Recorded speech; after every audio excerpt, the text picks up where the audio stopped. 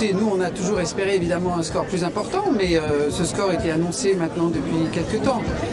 Mais ce qui est plus frappant, c'est l'ensemble des scores de la gauche, et donc c'est l'ampleur du travail qui nous attend maintenant. Et puis surtout, le deuxième tour, vous l'avez noté, Anne Hidalgo tout de suite n'a pas eu de pudeur de gazelle.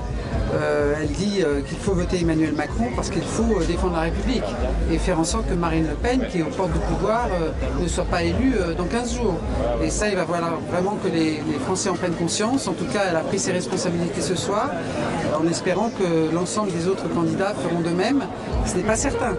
Et ce sera aussi quelque chose qu'il faudra observer. Est-ce que vous pouvez avoir un rôle dans ce second tour, justement, auprès des autres candidats de gauche ? Écoutez, pour essayer de travailler sur ce second tour écoutez, sur le second tour, encore une fois, Anne Hidalgo a pris ses responsabilités en disant elle n'a pas utilisé de formule, barrage à l'extrême droite, pas une voix pour, etc., etc. Voilà, elle le dit, il faut mettre un bulletin de vote Emmanuel Macron dans l'urne dans 15 jours. Donc j'espère et je pense que d'autres candidats de gauche le feront. J'espère que tous le feront, ce n'est pas certain, puisque certains ont déjà évoqué le fait qu'ils n'avaient pas l'intention de donner de consignes de vote, comme Jean-Luc Mélenchon. Et puis peut-être la droite aussi, puisque Valérie Pécresse elle-même avait dit à titre personnel qu'elle le ferait, mais qu'il n'y aurait pas de consignes, sachant que la droite semble promise à un score extraordinairement bas. Mais voilà, donc tout est à faire, c'est-à-dire que ce rassemblement de la gauche qu'à l'évidence les Français souhaitent, certains d'ailleurs ont voulu tenter le vote utile pour essayer de faire que peut-être un candidat de gauche soit au deuxième tour.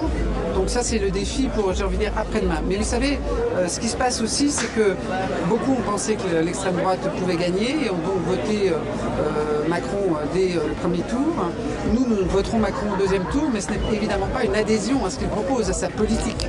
Et donc la campagne législative sera très importante, parce qu'à ce moment-là, les Français auront le choix de proposer des députés qui seront plus en phase avec leur choix et leur souhait politique. Il y a deux choses qu'on apprend après ce premier tour, c'est déjà l'extrême droite qui gagne encore en puissance par rapport à l'élection précédente, avec Éric Zemmour qui fait le meilleur sort, qui fait mieux que vous, mieux que la droite, et puis Marine Le Pen qui est très forte. Ça, c'est un premier constat. C'est un constat qu'on fait maintenant depuis un certain nombre d'années. Moi, je me rappelle qu'Emmanuel Macron nous avait dit, lorsqu'il avait été candidat en 2017, qu'il ferait en sorte que l'extrême droite ne soit plus aussi puissante. À l'évidence, ce n'est pas le cas. Donc, on peut se réjouir que le score d'Éric Zemmour ne soit pas celui qu'il a pu espérer un temps, mais l'extrême droite est très forte. La preuve, Marine Le Pen est au deuxième tour, ça devient une habitude. C'était son père en 2002, c'était elle la dernière fois. Voilà, donc c'est pour ça que l'ensemble de la gauche doit se rassembler pour les législatives d'abord, et avant cela, d'ici les 2 semaines qui viennent, appeler clairement à ce que nous votions contre Marine Le Pen. Qu'il y ait un vrai rassemblement des forces de gauche en fait pour lutter contre l'extrême droite, ça peut être possible au second tour? Au second tour, chacun va prendre ses responsabilités et nous le verrons sans doute ce soir. Il faut espérer que dans 15 jours, Marine Le Pen ne soit pas élue présidente de la République. Mais ensuite, il faut ce rassemblement des forces de gauche en prévision des législatives. Donc chaque étape à la fois. Mais évidemment, c'est cela dont il s'agit. Un mot de l'effondrement de la droite, 5% pour Valérie Pécresse, c'est un score que le parti n'a jamais fait. Oui, écoutez, j'imagine qu'un grand nombre de ses électeurs ont voté Macron, qu'une autre partie a pu voter pour Marine Le Pen ou pour Éric Zemmour. Voilà, c'est le problème de la droite, de ne pas avoir une ligne suffisamment claire. C'est évidemment pour elle un score extrêmement rude, mais voilà, chaque camp va devoir regarder en face, prendre ses responsabilités et reconstruire. En tout cas, on voit que les deux partis traditionnalistes, le PS et la droite, sont en train de disparaître du paysage tel qu'on les a connus.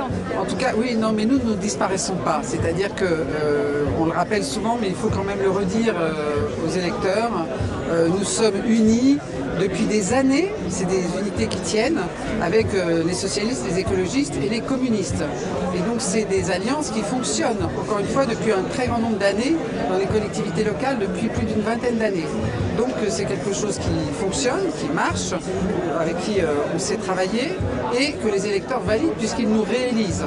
Donc là encore, le score de ce soir, évidemment, n'est pas un bon score. Mais il faut que nous arrivions à transformer l'adhésion des Français au niveau local, qui encore une fois se confirme élection après élection, à une adhésion au niveau national.